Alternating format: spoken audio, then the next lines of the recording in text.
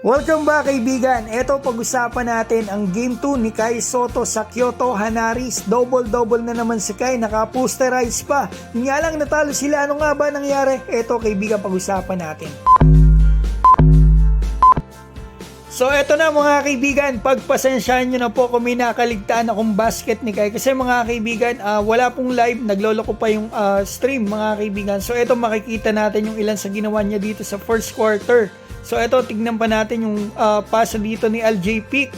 Ang gandang kaliwa naman kay Kai, and one ay pasok po ni Kai ang kanyang free throw. So ito yung game to nila. Natalo talaga sila dito sa daming pito ng referee. So yan, tignan nyo muna ang score, stat sheet after ng first quarter. May 8 points na kaagad si Kai, 5 rebounds. Yan mga kaibigan, nakikita naman po natin. So ito, tignan natin yung second quarter. Tignan natin yung gagawin dito. Ang gandang pasa na naman dito kay Kai ni LJ Pick. So yan, nakikita natin mga kaibigan, nakasalpak dito si Kai. And one na naman mula dito sa kababayan natin. So ito, tingnan natin yung replay.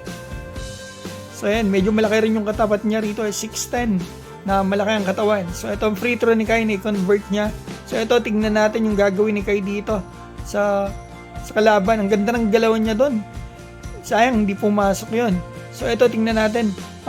And one na naman to dito kay Kai, mga kaibigan, sa ilalim.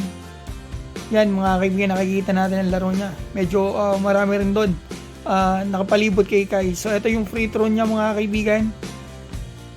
So yan, halftime, 14 points, 9 rebounds na kaagad si Kai. Yun nga lang dito sa second half, medyo konti yung playing time niya at medyo mababa yung production niya kasi 4 minutes nga lang po naglaro ng fourth quarter mga kaibigan. So yan muna ang tignan natin. So eto na pala, second half mga kaibigan. Third quarter, nakapuntos pa rito si Kai mga kaibigan yan.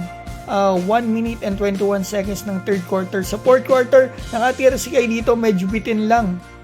So ito, tingnan natin gagawin dito. Naka-rebound po si Kai ng 2 minutes dito. 4 minutes lang siya naglaro dito sa sa fourth quarter mga kaibigan. Sayang yun. So ito, magandang pasa kay Kai.